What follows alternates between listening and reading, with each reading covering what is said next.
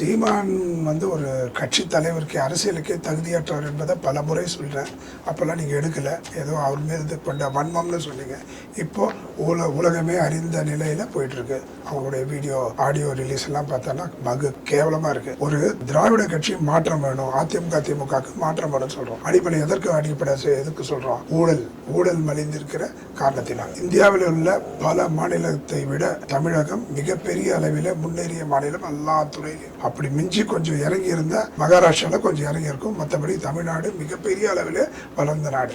இருந்தும் எங்களை போன்றவர்கள் குறை சொல்கிறோன்னா, காமராஜரை போன்ற தலைவர்கள் கொடுத்த அடித்தளத்தில் நம்ம சிங்கப்பூர் மாதிரி இருந்திருக்கணுன்ற ஒரு ஆதங்கம், அவ்வளோதான்.